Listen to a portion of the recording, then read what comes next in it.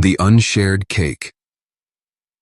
The bell above the door at Sunbird Bakery had the most optimistic ring in the city. It chimed like the start of something, even for people who only came for coffee and left with crumbs on their sleeves. On a late afternoon Friday, the bell lifted its bright note for 2 arrivals and a stillness. Noor Valdez sat at the corner table by the window, her wheelchair angled so she could catch the thin sun.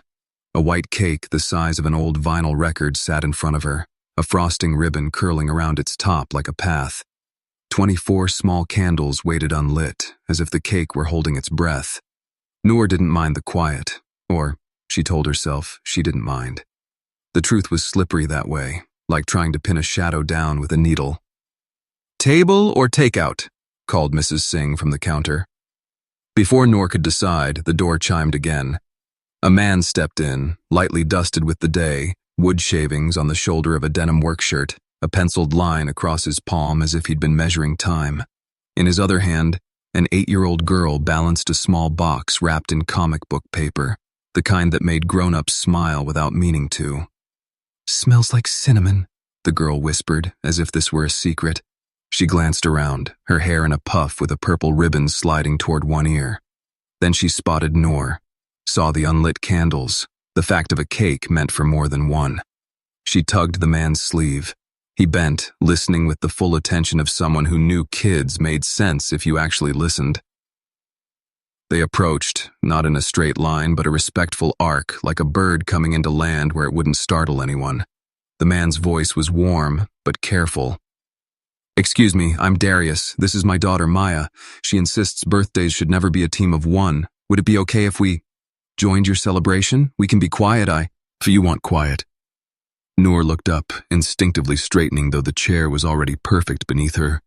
Refusing would have been easy. She had a pocket full of polite no's for situations like this. "Thanks, but I'm waiting for someone. I'm headed out. It's just a work thing." But Maya's eyes had the honest shine kids carry before the world teaches them to dull it. And Noor's polite nose had started to feel like a fence she had to keep mending. "Sure," Noor said, surprising herself with how fast the word arrived. "I'm Noor." Maya brightened, pleased that her math had worked out. Alone, plus 2 equals party. She slid the comic paper box onto the table like a treasure. "We brought a cupcake. It's red velvet because that's what heroes eat." "Heroes?" Noor asked. "Obviously." Maya set her hands on her hips for emphasis. "People who keep going. Dad says the grain of wood shows you the story if you're patient. Heroes notice the grain." Darius choked on a laugh. "We've been on a metaphors kick," he explained. "Occupational hazard." Noor smiled, and it didn't feel like borrowing. "I appreciate metaphors," she said. "They're like ramps for tough feelings." Maya nodded solemnly. "Ramps are good." Darius helped with chairs, not with the flurry of apology that made Noor feel like furniture, but with the simple presence of a person who noticed space and made it hospitable. He didn't touch her chair. He looked, then looked at her, and waited. She gave a small nod. He shifted the cafe chair aside, creating a neat little cove at the table, a place made on purpose for her to belong. "Do you want to light them?" Darius asked. "Or we can do 1 candle for the whole year ahead, minimalist style." Noor looked at the circle of wicks and thought of the last 2 years, how birthdays had become markers of distance instead of closeness. Her father, Elias, had sent orchids and a C or-yard note the previous year. Precise, expensive, wrong. She'd smiled anyway because it felt easier to protect his intention than defend her need. "1," she said. "1 is perfect." Mrs. Singh appeared with a lighter and the kind of look that said she remembered faces and moods like recipes. "Happy birthday, sweetheart," she said, touching Noor's wrist with the permission of an auntie. The single flame when it bloomed felt almost audible, a small, brave sound. "Make a wish," Maya whispered. "Make a big one." Noor closed her eyes and found not a big wish, but a small, stubborn one. Let today not be heavy. She blew, and the flame went soft and gray. They sang, Darius's voice a warm baritone that made the melody sound like it had a backbone. Maya sang a little ahead of the beat, impervious to rhythm, faithful to excitement. Noor laughed into her slice of cake, and the laugh didn't catch on anything. Conversation found the easy lane. Books. Noor had one in her bag, a dog-eared novel about a woman architect who built her own house after everyone said it was impossible. Darius talked about a bookshelf he was fixing for the library, kept wobbling like it was telling a joke. Maya narrated her week. Spelling test, gym class, a dinosaur drawn with sunglasses, very important fashion note. "What do you do?" Darius asked gently, gesturing at Noor's bag. She hesitated over the word she used, to love. Designer. So much of her time had become medical nouns. "I'm building an app, accessibility tools, micro-rituals for getting through a day. I call it Bridge because it's about connecting what you want to do with how your body can do it." "That's a good name," Darius said. "The right names are like good joints. They hold without squeaking." "Dad makes furniture," Maya announced proudly. "He makes chairs that don't bite your knees." "I'm working on pieces that are beautiful and accessible," Darius added, a little sheepish at sounding like a mission statement. "Ramps that feel like invitations, tables with clearance. That looks like design, not concession." Noor felt a bright, startled alignment, like hearing a harmony you hadn't expected in an old song. She didn't say it out loud because saying things made them real and real things could be taken away. But she felt it. That counted. The bell chimed again. An hour folded itself into minutes the way golden hours do. Noor learned that Maya collected marbles and believed each one stored a different kind of courage. She learned that Darius could tell you where a plank of cedar had grown up by the smell it released when sanded. Darius learned that Noor swam before the accident and still dreamed in water, body weightless, directions dissolved. "What's your app's first screen say?" he asked. Noor embarrassed herself by pulling it out with a speed that suggested she carried it like a talisman. "It says, 'Let's build your day like a bridge, one plank, then the next.'" She flipped the phone around. The design was simple. Soft icons, a little hum of feedback when you completed a task, a prompt that said, "Celebrate the small crossings." "It hums," Maya said, delighted, "like a cat that lives in a phone." "I could make you a stand for this," Darius said, almost to himself. "A tilt that makes it easy from seated height, adjustable, maybe ashwood, strong, light." Noor's chest tightened with the complicated sweetness of being seen. She didn't need a hero. She needed someone who believed ramps were part of the architecture, not bolted on as pity. She was not prepared for the jolt of her own father's name scraping across her thoughts. Elias Valdez would hate this, she thought, and the thought prodded shame. Not because the moment was wrong, but because naming what she wanted still felt like a trespass. "Will you—" Noor started, then stopped, then started again. "Will you both help me eat this cake? It's too good to waste." "Team effort," Darius said. He cut slices precisely, the way you imagine a person who cares about edges might. Maya sprinkled on a pinch of rainbow sugar from a pocket vial with the gravitas of someone salting a steak. Between bites, Noor told the short version of a long story. Not the crash, not the sound, not the long inventory of what stopped moving. She told them about the after, hospital corridors, the cathedral hush of rehab gyms, the way friends ran out of language and then out of invitations. She skipped the part where her father stood near the door with his kind eyes gone armored by urgency. She skipped the orchids and the couriered notes. She kept the story soft. Darius didn't offer lessons. He offered listening like a shelf built level. "I'm sorry," he said. 2 words that did not try to be a cure. She let them land. It was Maya who brought the sun back. "You're really good at laughing," she said, matter of fact. "Some people laugh like a balloon. Yours is like a drum."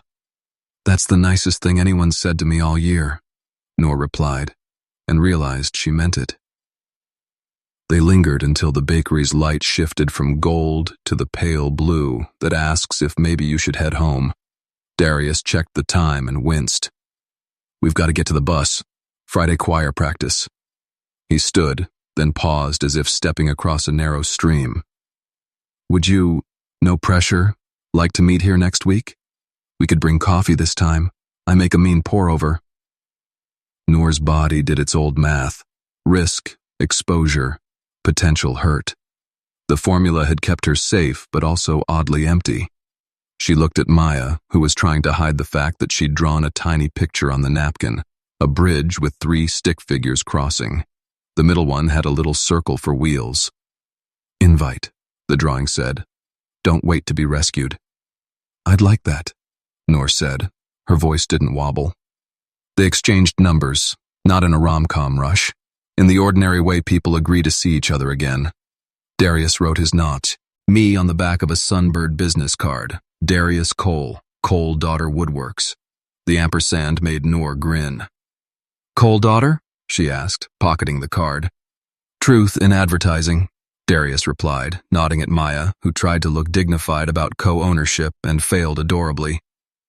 At the door, Maya hesitated and then pressed the comic paper box into Noor's hands. "Backup cupcake," she explained, "for later bravery. Bravery expires if you don't use it." "Noted," Noor said solemnly. They left to the bell's hopeful chime, their silhouettes spooling into the street. Noor watched them go until their shapes were folded into the city's ordinary miracles. Buses on time, streetlights testing their glow, the smell of bakeries becoming evening. She turned back to the cake, to the single snuffed candle that left a tiny curl of smoke like handwriting in the air. Her phone buzzed on the table. A calendar reminder she'd set months ago popped up. Call Dad? The question mark had felt fair then. Tonight, it looked like a dare. Noor silenced it with her thumb, not unkindly, but with a new clarity. She would call him, but not to ask permission for a life that was hers to live. As she wheeled out, Mrs. Singh tucked a small paper bag into the pouch at the back of Noor's chair. "On the house," she said, eyes twinkling. "Birthday rule. You leave with more sweetness than you came in with." Outside, the wind lifted the corners of Noor's scarf. She turned the chair and felt the satisfying grip of tires meeting curb cut. On the far side of the crosswalk, a bus groaned, loading passengers. Darius and Maya boarded, Maya hopping to a window seat. For a second they saw each other. Noor on the corner, Maya at the glass. Maya held up a marble, flashing green in the dying light. "Courage," the color said. Noor lifted the backup cupcake box in salute. The bus swallowed its breath and pulled into traffic. Noor's phone buzzed again, another reminder, this one from the app she was building, a prototype prompt. Small crossing complete. Celebrate? She tapped yes and felt the tiny hum, cat-soft against her palm. On the ride home, she stared at the city's river where the bridges wore their evening lights like necklaces. She counted them, 1, 2, 3, and pictured the next week as planks she could lay down.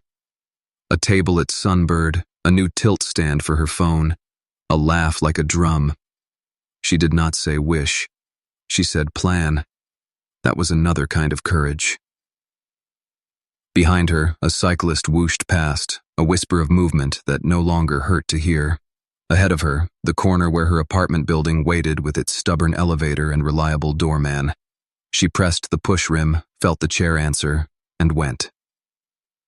Inside, under the lamp that softened the room into something kind, Noor opened the comic paper box. The red velvet stared up at her with the unabashed confidence only good cake and children possess. She ate it slowly, thinking of the ampersand. Cole Daughter, bridge builder. No permission slips, no summons to boardrooms, no orchids that got everything right except the part that mattered.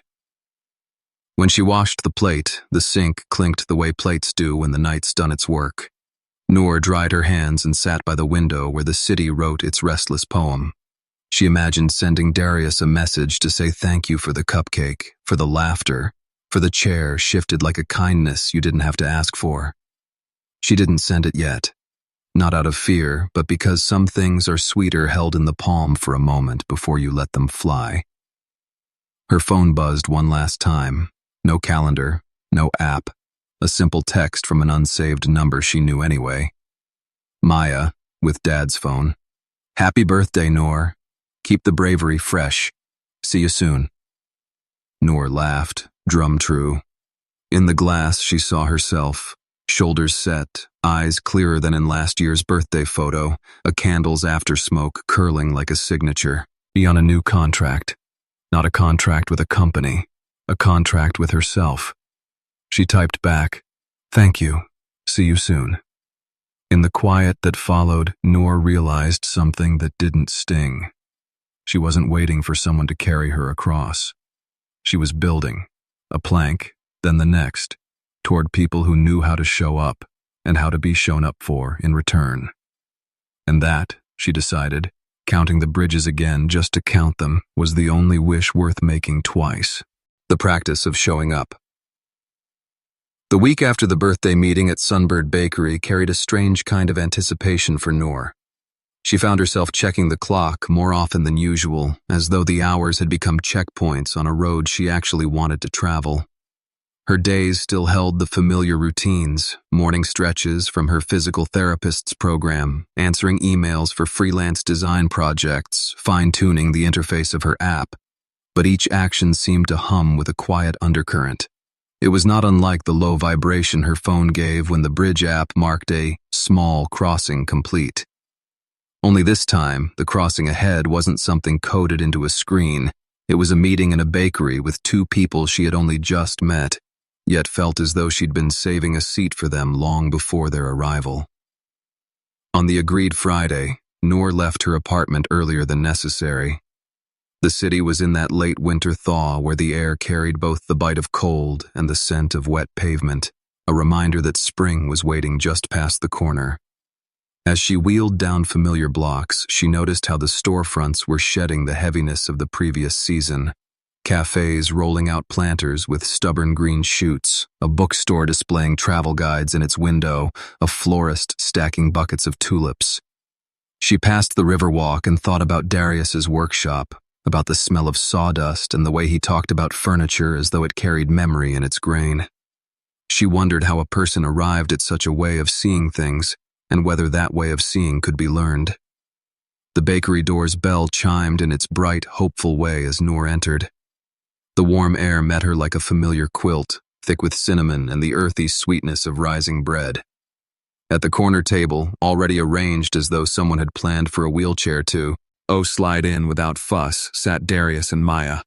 A mug of coffee steamed near Darius's elbow, and in front of Maya was a sketch pad filled with looping pencil lines. Noor recognized the scene before she even reached them. A bridge drawn in pencil with little details like birds perched on the railings and clouds hovering like soft punctuation marks. "You're early?" Maya said, as though Noor had been expected for hours. Her grin was unfiltered joy. "Dad said to wait until you came before we ordered the cinnamon rolls, but I told him cinnamon rolls don't like waiting." Darius looked up from the coffee with a smile that carried no apology for their eagerness. "She's been drawing you into the Bridge series," he said, tapping the sketch pad. "Apparently you get your own lane with ramps at both ends." "I feel honored," Noor said, sliding into the open space at the table. "Though I hope the lane is wide enough for cake deliveries." "Non-negotiable," Maya confirmed. As the three of them settled in, the conversation found the comfortable hum that Noor had only ever associated with people she'd known for years. Darius told her about a recent commission, a custom dining table for a family whose grandmother could no longer stand for long periods. He explained how he'd designed the table so she could sit comfortably in her wheelchair at one end, with enough clearance for her knees and room for everyone else to gather without feeling as though the arrangement had been altered just for her. "Good design," he said, "is when everyone feels like the space was made with them in mind from the start."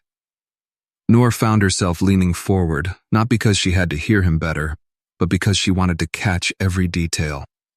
She talked about her app, about the latest feature she'd added, a bridge-building tracker that celebrated cumulative progress instead of streaks, because she knew how silly a missed day could make someone feel like starting over was pointless.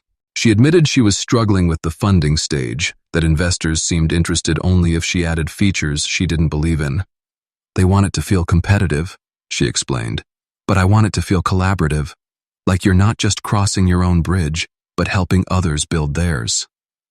Sounds like you need investors who understand people, not just numbers, Darius said, and though his tone was calm, Noor caught the edge in it, a hint of recognition that numbers had been used against someone he cared about before. Maya interrupted with the earnest urgency only children have. We could have a bridge day at Dad's workshop. We could make real bridges, tiny ones, and you could show the app on a big screen. Everyone could see how it works and they'd want to help. And there'd be cookies, obviously. Noor laughed, not because the idea was silly, but because it was the kind of idea that made sense precisely because it wasn't overcomplicated. That, she said, is probably the best marketing plan I've heard all month. When the cinnamon rolls arrived, they shared them without ceremony, tearing pieces with fingers and passing napkins like a family who'd done this 100 times. Noor was aware of the looks from other tables, curious glances at the black man with calloused hands, the little girl with the gap-toothed smile, and the woman in the wheelchair laughing over shared food. But the glances didn't sting the way they used to. They felt distant, muffled by the warmth of the table. After they'd eaten, Darius asked if Noor had time to stop by his workshop. We're just a few blocks over. I've got a project I think you might like. The invitation was casual, but Noor sensed the thought behind it. Accepting meant stepping further into their world. Declining would be safer in the way that empty rooms are safe. She thought of the bridge in Maya's sketch of the app's prompt that morning, add a plank, and said yes. The workshop smelled of cedar and glue, with light spilling through high windows onto long workbenches. Tools hung in neat rows, each with a shadow painted on the pegboard to mark its place. On one bench sat a low table with curved edges, sanded smooth but unfinished. Darius explained it was for a community center's reading room. The idea is that kids can sprawl on the floor with books, and people in chairs can roll right up without bumping their knees. No sharp corners to catch you if you shift wrong. Noor ran her fingers along the grain. It's beautiful, she said, meaning not just the table but the care embedded in its design. They talked while Maya explored a box of off-cut wood pieces, building towers and knocking them over with theatrical gasps. Darius spoke of his late wife, Janelle, with a quiet steadiness. She believed that every object in a home tells you whether you're welcome there, he said. I've been trying to keep that truth in what I make. Noor didn't press with questions. She knew the shape of loss enough to respect the space it needed. Instead, she told him about the months after her accident, about the way her father's care had come in the form of efficiency, medical teams, adaptive equipment, home modifications, but rarely in the form of presence. I know he thought he was protecting me, she said, but sometimes it felt like I was being managed, not loved. Darius didn't offer advice. He just stood beside her at the workbench, the silence between them thick with understanding. In that silence, Noor realized that showing up wasn't always about grand gestures. Sometimes it was about standing in the same space, breathing the same air, and letting the quiet do its work. When she left the workshop that evening, Darius walked her to the curb, adjusting his pace without making a production of it. Maya waved so energetically from the doorway that her ribbon came loose. Noor returned the wave, feeling the weight of the day settle into her like something earned rather than given. As she rolled toward home, the city lights coming on one by one, she thought about the word bridge again, how it was less about the span itself and more about the decision to cross. The walls we call safety. It had been nearly 3 weeks since Noor's birthday at Sunbird Bakery, and in that short span, her life had taken on a new, irregular rhythm, one that didn't always follow the careful pacing she had set for herself in the years since the accident. Some days the meetings with Darius and Maya were planned. Other days they happened by coincidence, bumping into each other at the park, running into one another at the library, or simply because one of them thought to send a quick message. Coffee, walk, workshop. She'd never realized how nourishing it was to have people in her life who asked for her company without attaching an agenda to it. Yet as her calendar filled with these warm interruptions, another current began moving beneath the surface, slow but insistent, like a tide that couldn't be ignored. That tide took form in the voice of her father, Elias Valdez, a man whose schedule was so tightly packed that even his daughter's name had to fight for a place in it. He called her one Tuesday evening, the conversation starting with the same clipped pleasantries he always used. "How are you? Are you keeping up with your rehab schedule? Do you need anything replaced in the apartment?" But beneath the questions, Noor could feel the undertow. Elias's calls were not simply for catching up. They were inspections disguised as concern, a way to monitor the parameters of her life from the glass tower where he ruled his business empire.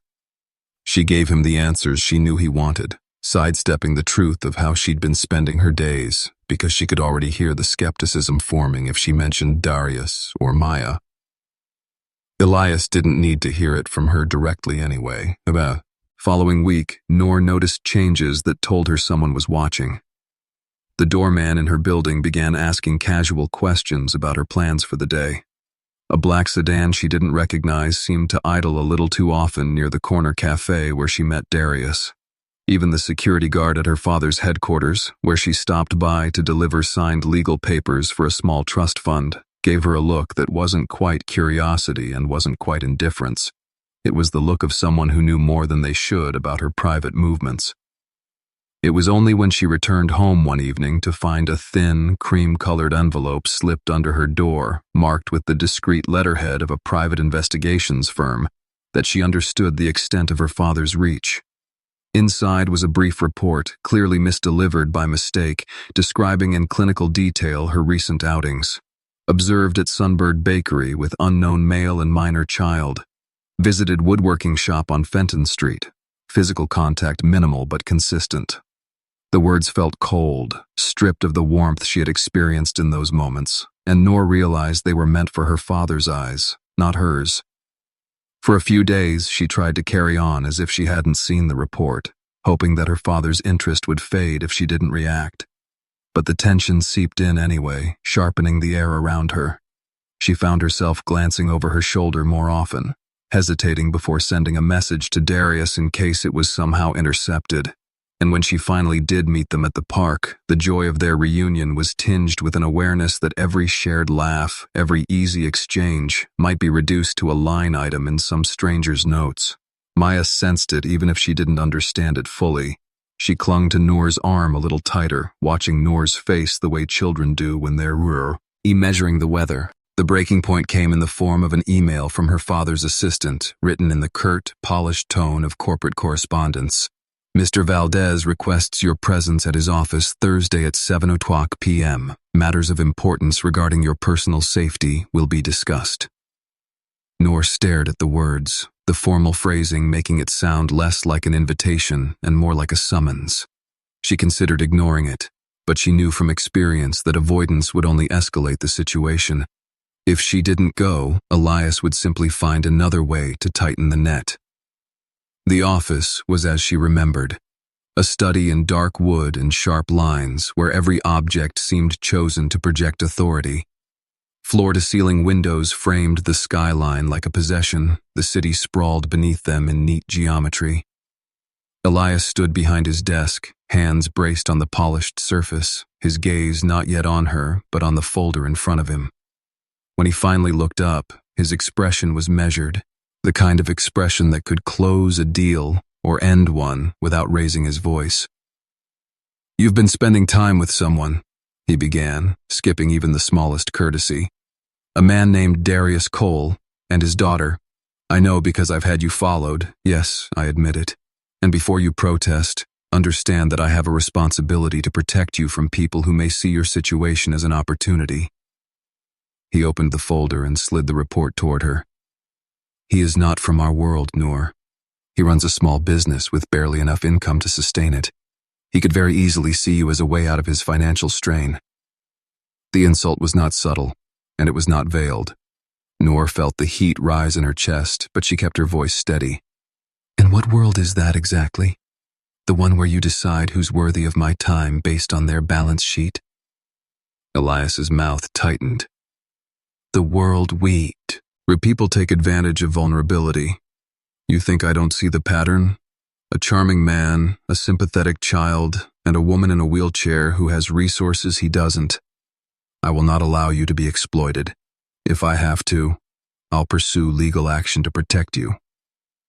For a moment, Noor couldn't speak, not because she had nothing to say, but because she understood that her father had already written the ending in his mind.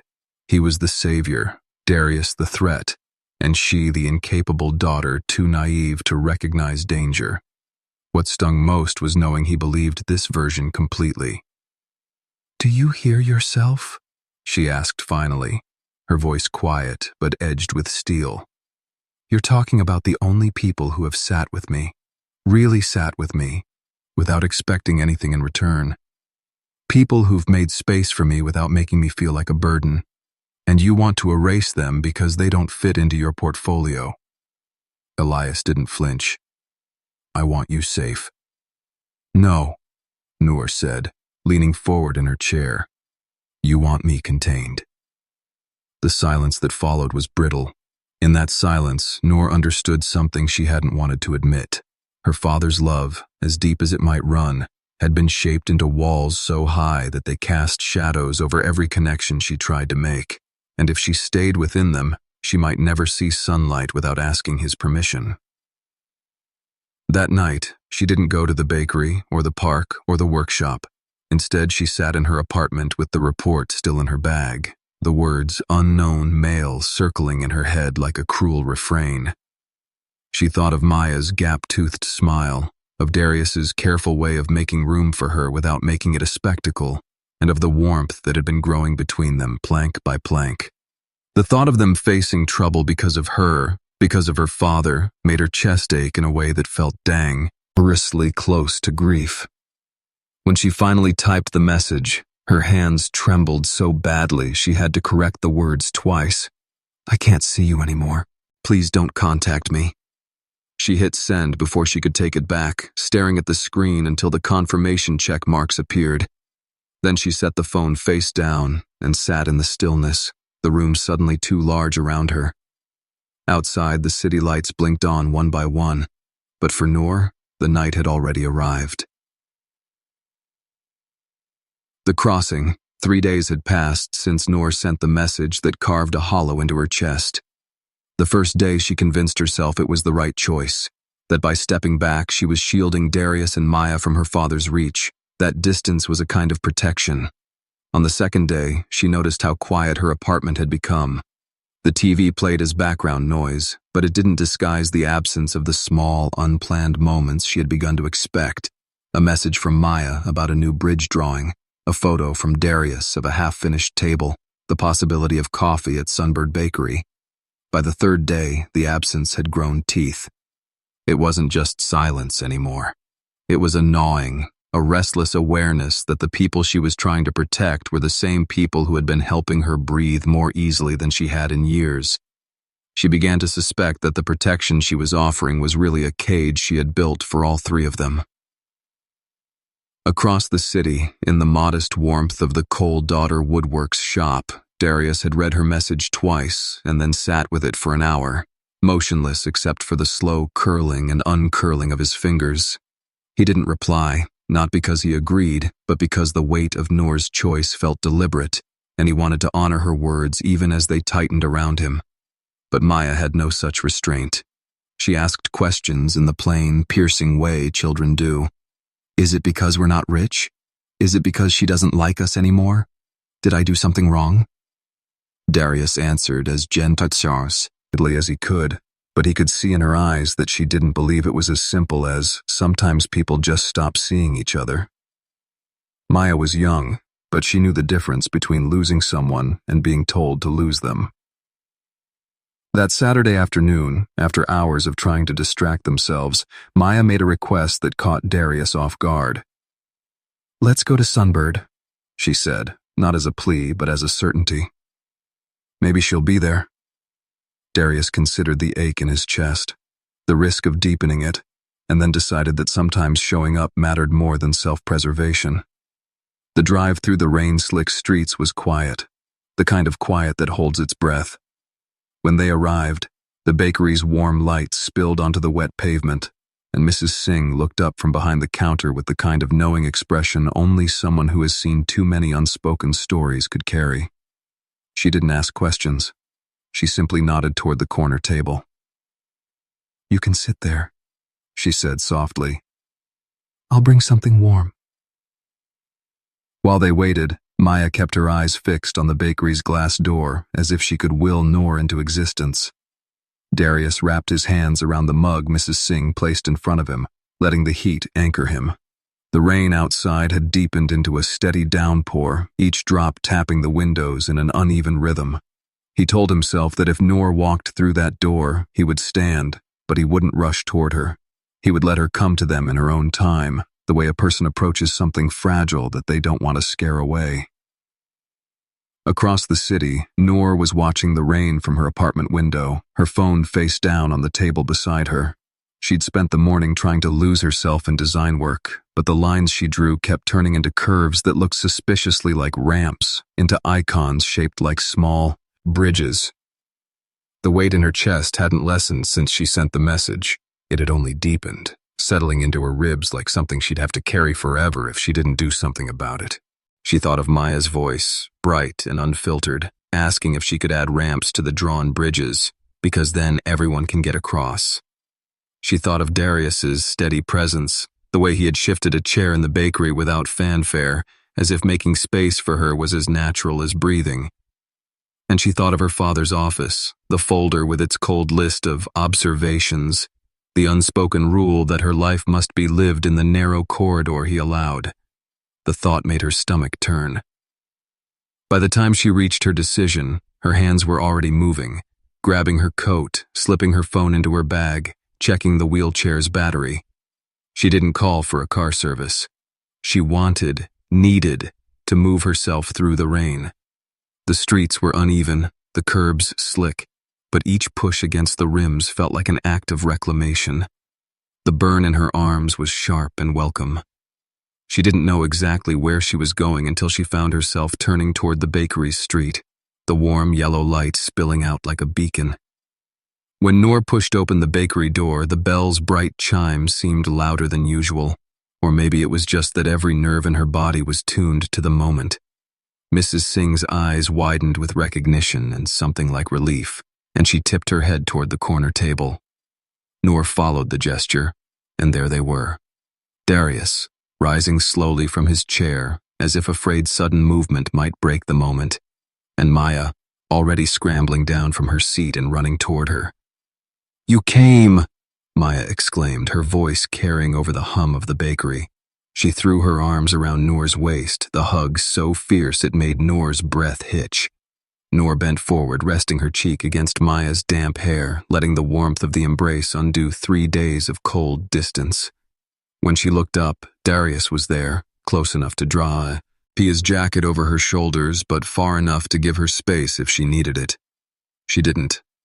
She met his eyes and said the words she'd been holding since the moment she pressed send on that message. I'm choosing you. I'm choosing both of you."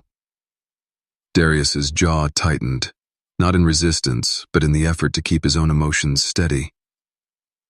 "You know what that means, right?" he asked quietly. "Your father won't like it."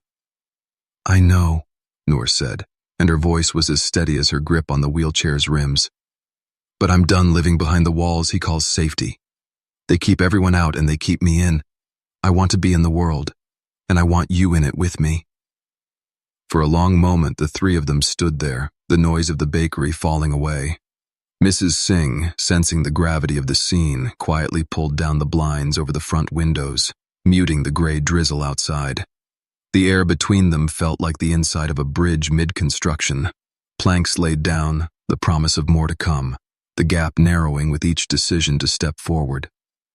And in that small, rain-warmed bakery, Noor realized something she hadn't dared let herself believe until now. The act of crossing wasn't just about moving from one side to the other. It was about deciding, despite the risk, that the person waiting on the other side was worth the journey. The storm and the workshop. The reunion at Sunbird Bakery had felt like a crossing over water, but the days that followed proved that the shore was not entirely safe. Noor knew her father would not let her decisions stand without resistance, but she underestimated just how quickly the pushback would come.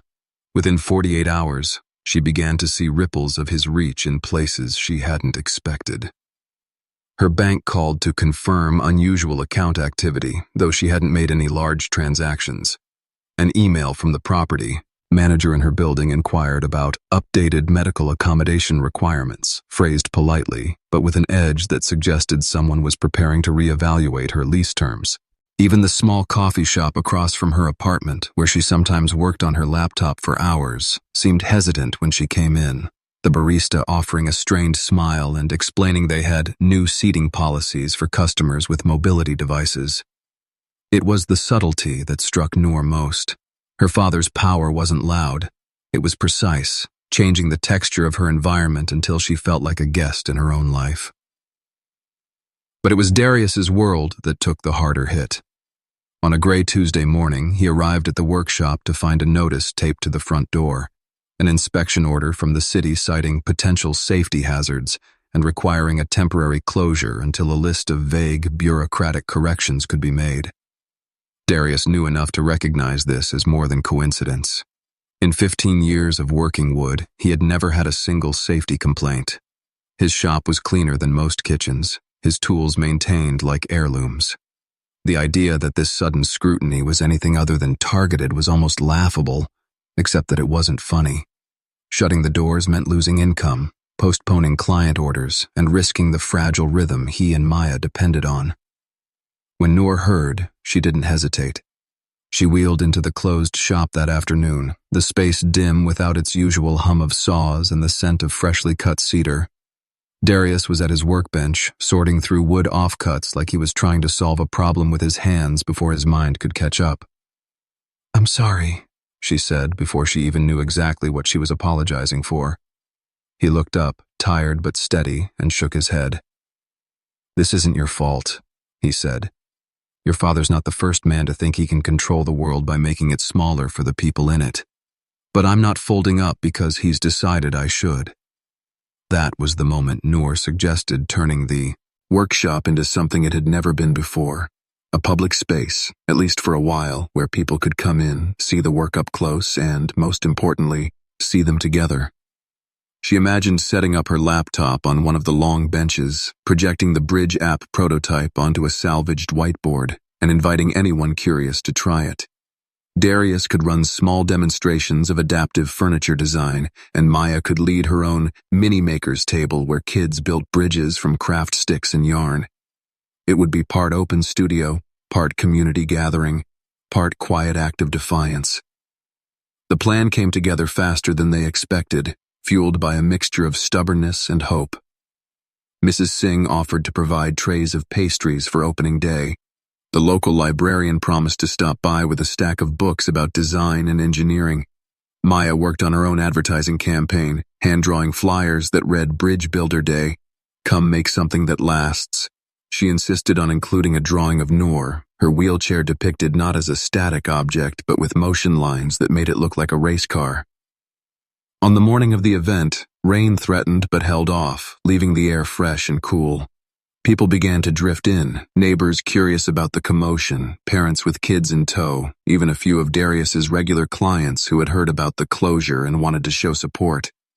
Noor sat at the demonstration table with her laptop, guiding people through the Bridge app's features, letting them set up their own crossings and smile when the screen gave its soft hum of encouragement.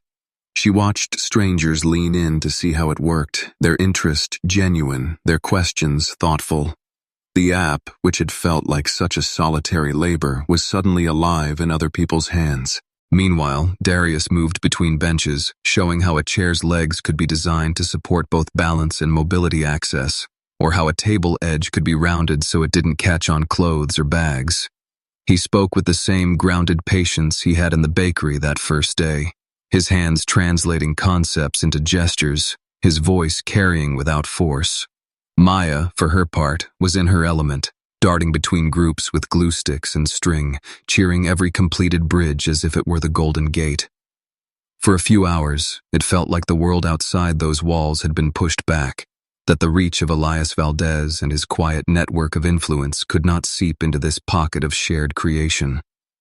But the illusion broke when Noor caught sight of a figure at the far end of the room, a man in an expensive overcoat, his hair perfect despite the damp air, scanning the space not with curiosity, but with calculation.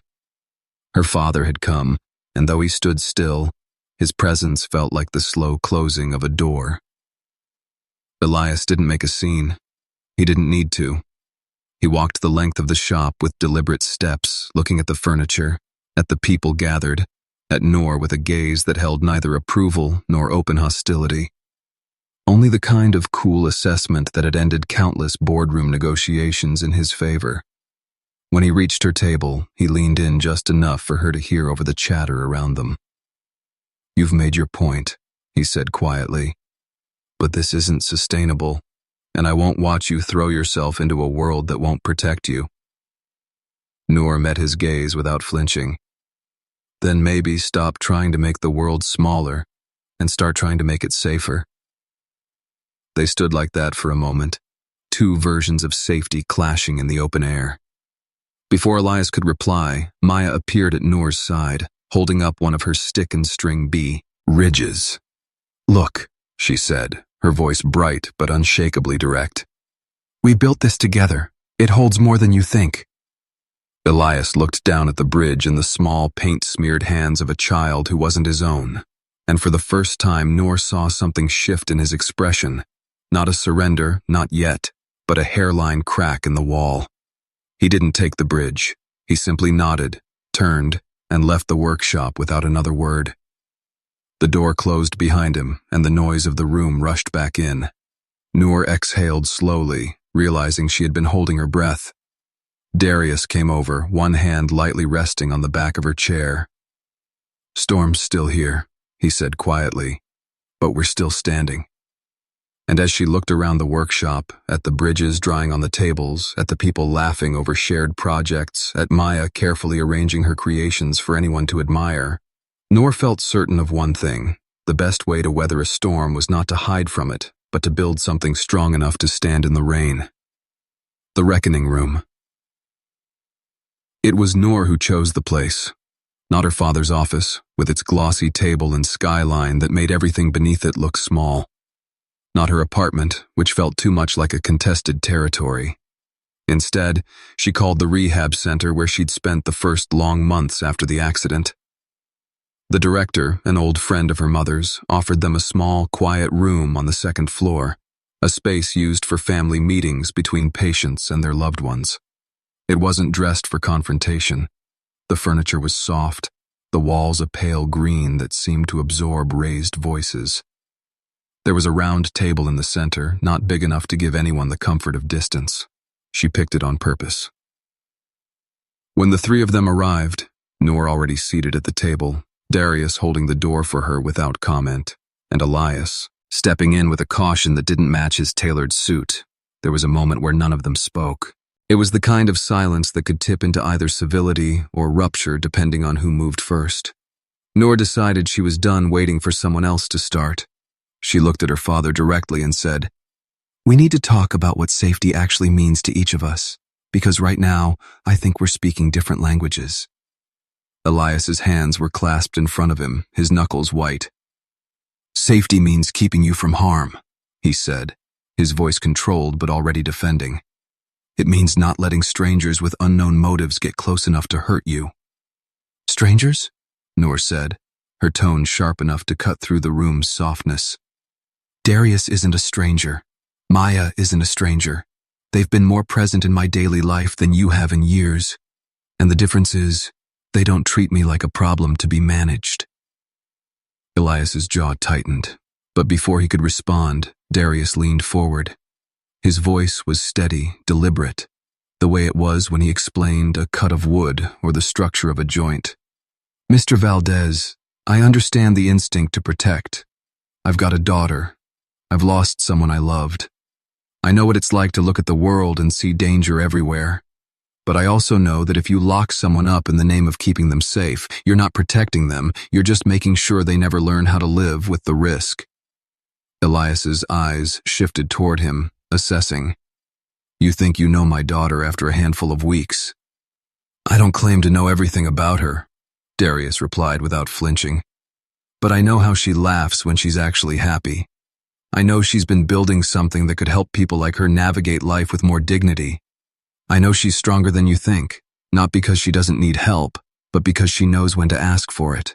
And I know you can't buy that kind of strength, no matter how many zeros you put in a bank account." For the first time, Elias looked less like a CEO defending a position and more like a man caught between reflex and reconsideration. His gaze drifted to Noor, and she recognized something in his eyes, something she had seen only once before, in the hospital after her mother's death. It was fear, not for the company, not for appearances, but for her. "When your mother died," Elias began slowly, the words dragging as though they were heavy to lift. "I didn't know how to be with you in the grief. I thought if I kept working, if I kept building the business, I could at least give you security. When you got hurt, I doubled down on that because I didn't know what else to do. I thought I could fix it with resources, with experts. I didn't know how to sit with you in it." Noor's throat tightened, not with anger, but with the ache of finally hearing what she'd needed for so long. "That's just it, Dad. I never needed you to fix it. I needed you to sit with me. I needed you to see me, not just the wheelchair, not just the injury. And when I found people who did see me, your first move was to try to remove them." Elias's gaze dropped to the table. The silence this time was different, less like a shield, more like a pause before the next step on unfamiliar ground. Darius let it breathe for a moment before speaking again. "You can still be there, Mr. Valdez, but it's going to mean being uncomfortable. It's going to mean trusting her choices, even when they scare you. That's the hard part of being a father. You don't get to be the wall forever. You have to become the bridge." The word hung there, its echo pulling Noor's app to mind, the metaphor she had been quietly living by. She reached for her phone, sliding it toward her father. "This is what I've been working on. It's called Bridge. It's about helping people build their days one step at a time, even when those days are unpredictable. I was going to launch it quietly, but now I think I want you to see it before anyone else does." Elias picked up the phone, his fingers stiff at first as he navigated the interface. The hum when he completed a small crossing startled him slightly, and Noor caught the faintest curl of a smile on his lips. He set the phone down carefully. "It's good," he said, and the words were so simple, so free of qualifiers, that Noor felt a flicker of hope. "I don't expect you to change overnight," Noor said, her voice softening. "But I need you to understand that the people in my life now aren't here to hurt me. They're here because they want to be. And if you can't trust that yet, then at least trust me."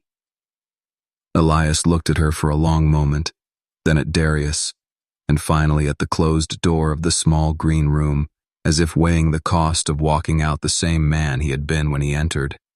When he looked back, there was a shift, small but real. "If we're going to do this," he said slowly, "then maybe I need to learn your language of safety." Noor exhaled, a release that felt like a crossing all its own. "We can start there," she said. And for the first time in a long time, she believed it. Spring arrived quietly that year, not with sudden bursts of color, but with the slow unfurling of green along the city's streets, as if the trees themselves were cautious about returning. By then, the workshop had reopened, the inspection order cleared after community members signed petitions, donated time for repairs, and even volunteered to stand by the shop during working hours as a show of solidarity. Darius called it a victory, but he knew the real win wasn't in the paperwork. It was in the proof that people would stand with you when you invited them in. Noor had been there through it all, not just in support, but in planning. She used the workshop's back wall as a test site for Bridge, projecting the app onto a canvas so visitors could see the crossings they completed in real time. Maya acted as an unofficial greeter, explaining to anyone who would listen that building a bridge means you get somewhere you couldn't before. Elias came by once a week now, unannounced but welcome. He didn't sweep in with demands or pointed questions. He asked about progress, sometimes rolled up his sleeves to help carry finished pieces to the front, and listened, really listened, when Noor explained the logic behind her app's design choices. At first, his presence was tentative, as though he were afraid of stepping wrong, but over time, he seemed to understand that being there was more important than being perfect. One afternoon, he surprised everyone by bringing a set of design sketches, not his own, but drafts from one of his company's industrial teams, for modular, easily assembled ramps. "Thought you might want to see if these ideas have any merit," he said, handing them to Darius without ceremony. It wasn't exactly an apology, but it was a kind of offering, and Darius received it as such. The official launch for Bridge took place in the workshop on a Saturday in May. Noor insisted on holding it there instead of a sleek event space. She wanted the launch to feel grounded in the place where the app's purpose had been tested in real life. The space was alive with people, neighbors, small business owners, even a few of Noor's rehab peers. Screens were set up along the benches so attendees could try the app for themselves, each small crossing completed sending a ripple of light across a shared display. The air buzzed with a blend of sawdust, coffee, and anticipation. Mrs. Singh catered, of course, her pastries disappearing almost as quickly as they hit the table. When it came time for Noor to speak, she wheeled to the center of the room, the hum of conversation settling into a warm silence. She looked around, not at a crowd of strangers, but at a room of people who had walked with her across different spans of her life. "Bridge isn't about the technology," she said. "It's about the people who help us build each plank, whether that's a friend, a neighbor, a therapist, or even someone we meet over coffee who says, 'Can I sit with you?' It's about making the crossings we thought were impossible, together." Her gaze found Elias near the back, his arms crossed loosely, his expression softer than she could remember. "And sometimes," she added, "it's about learning that the safest place isn't behind walls, it's on the bridge, with the people willing to walk beside you." When the applause faded, Darius stepped forward with a surprise of his own. He'd been working on it in the late hours after the shop closed, a ramp for Noor's apartment building, designed not just for function, but with the kind of beauty that made it feel like an intentional part of the space. The handrails curved like the arches of a suspension bridge, the wood polished to a satin glow. "For your next crossing," he said simply, and the look they shared held more than words could carry. The day wound down with music, shared stories, and laughter that seemed to anchor itself in the beams overhead. Maya darted around, giving bridge tours to anyone who'd let her drag them along, her energy refusing to dim. In one corner, Elias crouched beside her to examine a particularly ambitious craft stick creation.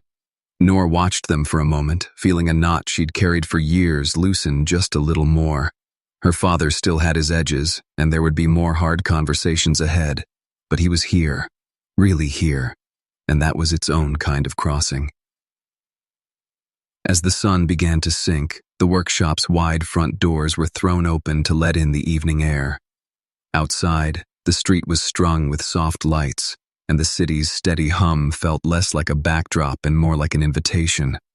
Noor, Darius, Maya, and Elias stood together at the threshold, the scene framed almost like the opening of a new chapter. Maya, holding one of her small paper bridges, declared, "We need a picture, right here, so we remember this forever." Someone obliged, capturing the four of them against the glow, the curve of the ramp visible in the background, and the faint silhouette of a bridge far down the street. Later, when Noor looked at that photo, she didn't see the differences in their worlds or the months of tension that had nearly split them apart. She saw a bridge, not made of wood or steel, but of choices, risks, and the simple, stubborn act of showing up. And in that moment, she knew that whatever storms came, they had built something worth standing on together.